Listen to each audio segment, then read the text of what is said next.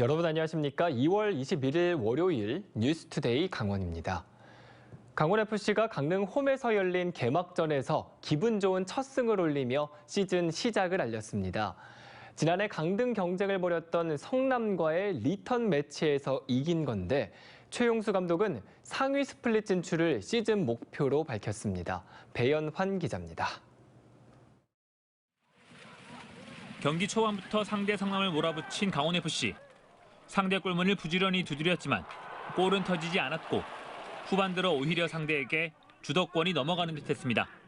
하지만 올 시즌을 앞두고 영입한 외국인 공격수 디노가 상대 실책을 놓치지 않고 리그 데뷔골을 터뜨렸고 경기 막판 김대원 선수가 추가골을 장렬시켰습니다. 강릉 종합경기장에서 열린 하나원 QK리그1 2022 개막전 경기에서 강원FC가 성남FC를 상대로 2대0 완승을 거뒀습니다. 리그 개막전에서 기분 좋은 첫 승을 거둔 강원FC는 시즌 전망을 밝게 했습니다. 영하의 추위 속에서도 홈 경기장을 찾은 강원FC의 팬들은 지난 시즌 부진을 털고 좋은 경기력을 보여주길 기대했습니다. 작년에 저희가 상황이 많이 안 좋았는데 이제는 작년과 다른 경기력과 작년과 다른 성적을 저는 기대하고 있습니다.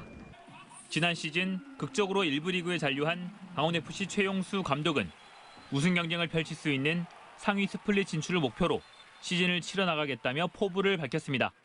상위 스플릿 1차적으로 올라가는 게 저희 팀 목표고 그 목표 달성을 위해서 아마 상당히 힘든 그런 불안 요소들도 많고 일단 저희 팀은 좀 상위 스플릿에 가는 게 큰 목표이지 않나 싶습니다.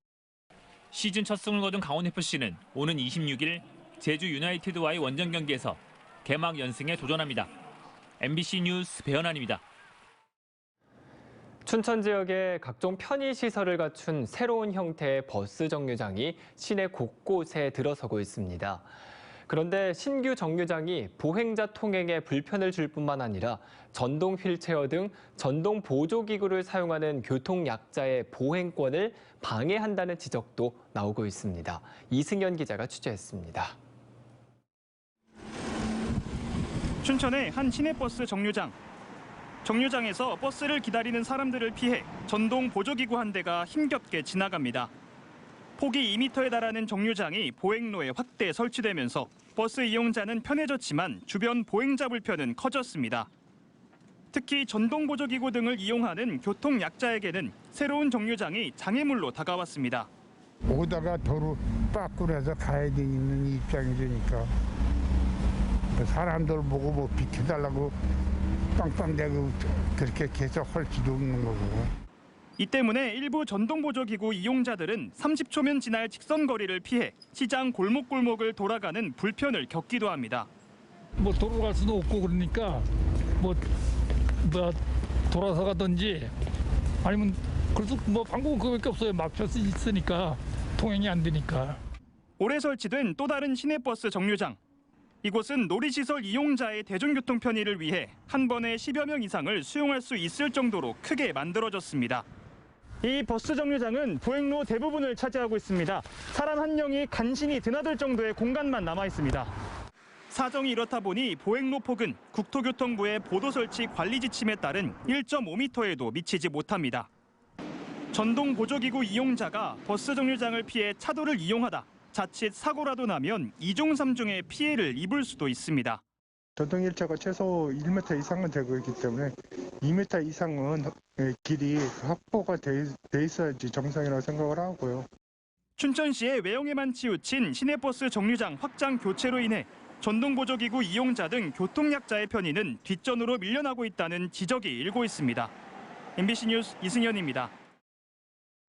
강원도는 강릉 제진철도 등 현재 진행하고 있는 철도 사업과 제4차 국가철도망 구축 계획에 반영된 신규 사업의 사전 타당성 조사 용역이 착수되는 등 주요 철도 사업이 가속화하고 있다고 밝혔습니다.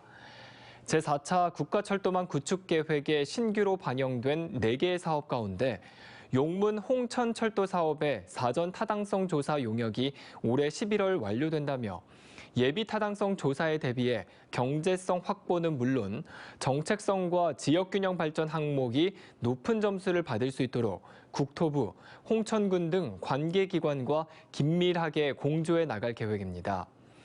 또 춘천 속초철도는 10월쯤 6개 공구의 실시 설계 용역이 완료된다며 2027년 강릉 제진철도와 동시 개통을 목표로 정상적으로 추진되고 있다고 덧붙였습니다. 기업은 인력이 부족하고 근로자는 일자리가 부족한 도내 노동시장의 문제를 해소하기 위한 강원형 미래인력 양성 사업이 추진됩니다. 강원 테크노파크는 도내 기업, 대학과 연계해 올해 지역 인재 190명을 대상으로 이모빌리티, 의료기기 분야, ICT 소프트웨어 분야 연구 개발 등 기업 수요 맞춤형 교육 훈련을 실시한다고 밝혔습니다. 지난해와 달리 교육생들에게 훈련 수당을 지급할 계획이며 이번 사업으로 양질의 일자리를 제공해 청년층의 타시도 유출을 막는다는 계획입니다. 강원도는 월세 등 임대료 증가와 코로나19 장기화로 경제적 어려움을 겪는 청년층의 주거비 부담을 덜어주기 위해 청년 월세 한시 특별 지원 사업을 오는 4월부터 시행합니다. 청년 월세 한시 특별 지원 사업은 임대료를 월 최대 20만 원, 12개월간 지급합니다. 지원 대상자는 부모님과 별도 거주하고 임차 보증금 5천만 원, 월세 60만 원 이하 주택에 거주하는 34세 이하 무주택 청년으로 기준 중위소득 60% 이하이며 부모 포함 원가구의 소득도 기준 중위소득 100% 이하입니다. 신청은 주소지 관할 주민센터를 방문하거나 복지로 사이트를 통해 하면 됩니다. 다음 달 1일부터 시행될 예정이었던 청소년 방역 패스가 4월 1일로 한 달 늦춰지게 됐습니다. 이 같은 정부 조치는 서울과 경기 등에서 청소년 방역 패스 집행 정지 결정이 잇따르면서 항고심 일정과 지역 간 차이로 인한 혼란을 막기 위한 겁니다.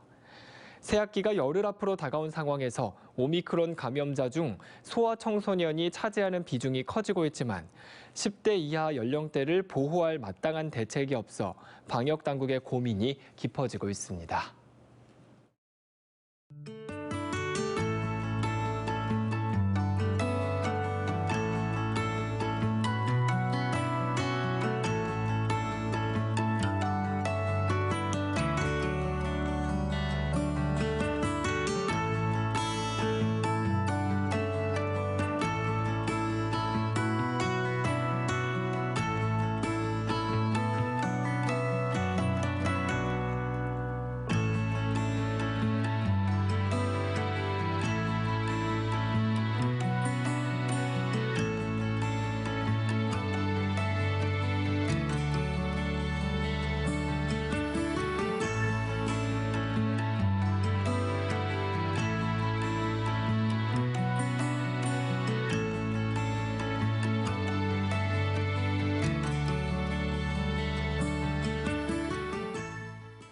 동의 없이 국민의힘 윤석열 선대위로부터 임명장을 받은 사람들이 임명장 반납에 나섰습니다.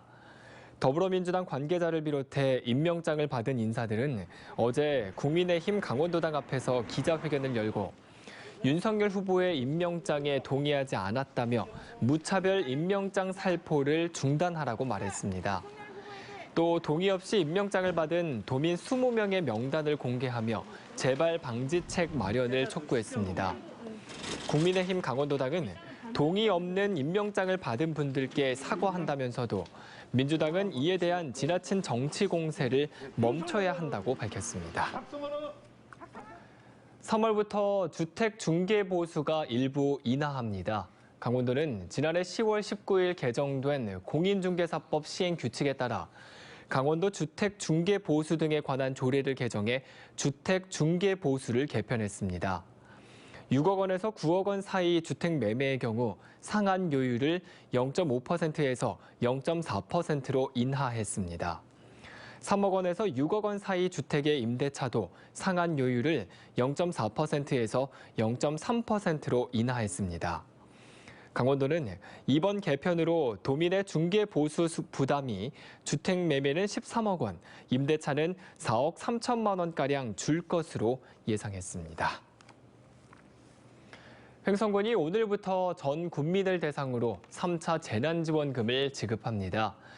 오늘부터 23일까지 사흘간은 경로당과 마을회관 등의 마을로 찾아가는 창구가 열리고 24일부터 3월 말까지는 각 읍면 행정복지센터에서 방문 신청을 받습니다. 지난해 12월 31일 기준으로 횡성에 주소를 둔 주민에게 1인당 20만 원씩 선불 카드가 지급됩니다. 평창군은 다음 달 31일까지, 영월군은 오는 28일 온라인 신청을 시작으로 3차 재난기본소득 20만 원을 지급합니다.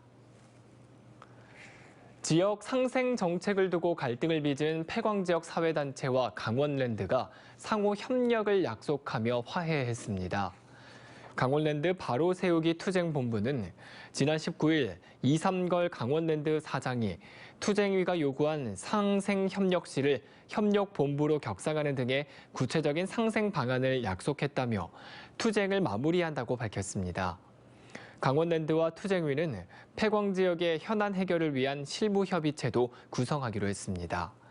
앞서 투쟁위는 상생협력실의 축소 등 강원랜드 조직 개편에 반발해 사장 퇴진 등을 요구해왔습니다.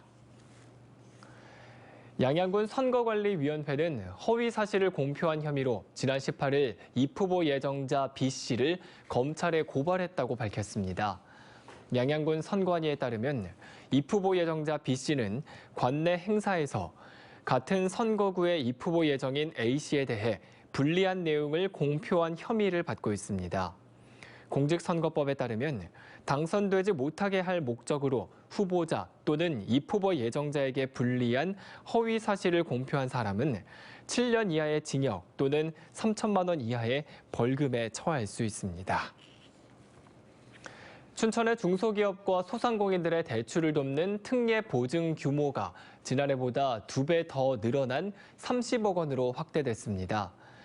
특례 보증은 담보력이 없어 대출이 어려운 기업 등에게 신용보증서를 발급할 때 완화된 보증심사 기준을 적용해 대출이 가능하도록 지원하는 제도입니다.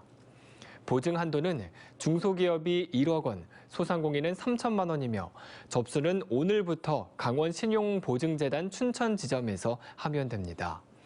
이와 함께 춘천시는 기업당 최대 250만 원까지 신용보증 수수료도 지원할 예정입니다. 속초시가 오는 2024년까지 모두 264억 원을 들여 역점 사업으로 추진하고 있는 설악동 재건축 사업의 밑그림이 이번 주에 완성됩니다. 속초시는 오늘 모두 1억 2천만 원이 투입되는 설악동 C지구 소공원 조성 공사를 발주한다고 밝혔습니다.